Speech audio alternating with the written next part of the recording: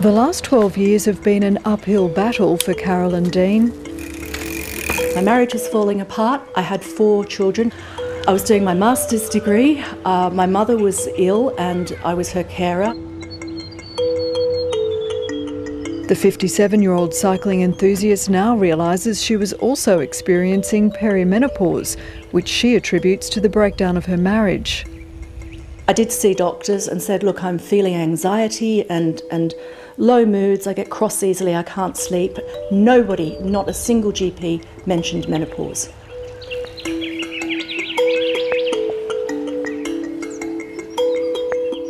Natural menopause usually occurs between the ages of 45 and 55, when the ovaries run out of eggs and menstruation stops.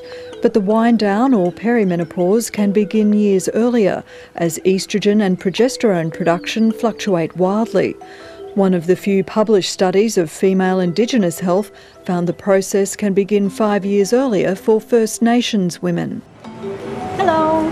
Like Caroline Dean, it took 45-year-old Myra Thompson multiple GP visits to work out perimenopause was causing her low mood. I felt a little bit old, even though I'm not old, but it was good to know that I can then start researching and where to from here.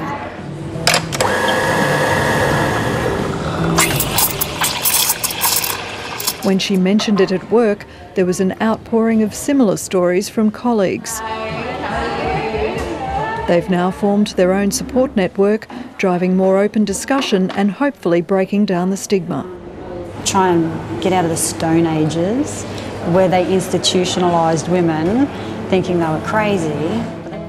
There's a long list of possible symptoms that women might experience, ranging from hot flushes and mood swings to vaginal dryness and joint pain. So we need you to be sleeping. Sleep is important. Hormone specialist Dr. Sonia Davison says for 20% of women, the symptoms are severe. They might drench a beach towel overnight several times. They might just wake up at 3 a.m. and they can't sleep anymore. They might have terrible anxiety or be suicidal. As president of the Australasian Menopause Society, Dr. Davison is working to educate both GPs and women about diagnosis and possible treatments, particularly important for patients reaching menopause before the age of 45. There's an increase in heart disease and stroke risk. There's an increased risk of osteoporosis and fracture and cognitive decline. And the number of women reporting symptoms has risen. New data from a multi-generational study involving 58,000 Australian women shows 40% of today's 46-year-olds are experiencing signs of perimenopause.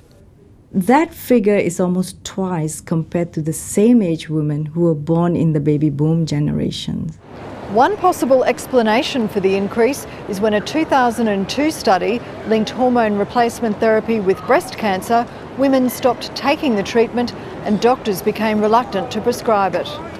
Dr. Davison says more recent studies of new and improved treatments show the risks associated with HRT are low.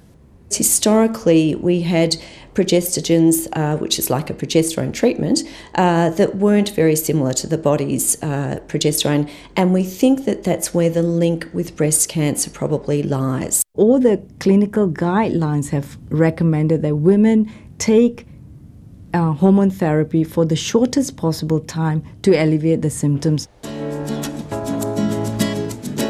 2 months ago, Carolyn Dean began HRT and the early signs are good. Now I don't wake in the night. I'm calmer, I'm happier inside myself. I'm not scared to drive over a bridge anymore. Hormone therapy isn't for everyone, especially for those with a history of cancer. But giving up smoking, reducing alcohol intake and maintaining a healthy body weight could reduce symptoms, and that's where regular exercise can help. Let's do 2 more, so inhale, lengthen. Nat Evans runs classes for the over 40s. If I can help people move better, then they can move more. If they can move more, then they can get stronger. They can feel more confident, more capable, and feel like they can do just about anything. Our mothers, our wives, our girlfriends, our daughters, they're all going to go through this. I believe it needs to be spoken about and not be embarrassed about. It's not a sign of getting old, it's midlife.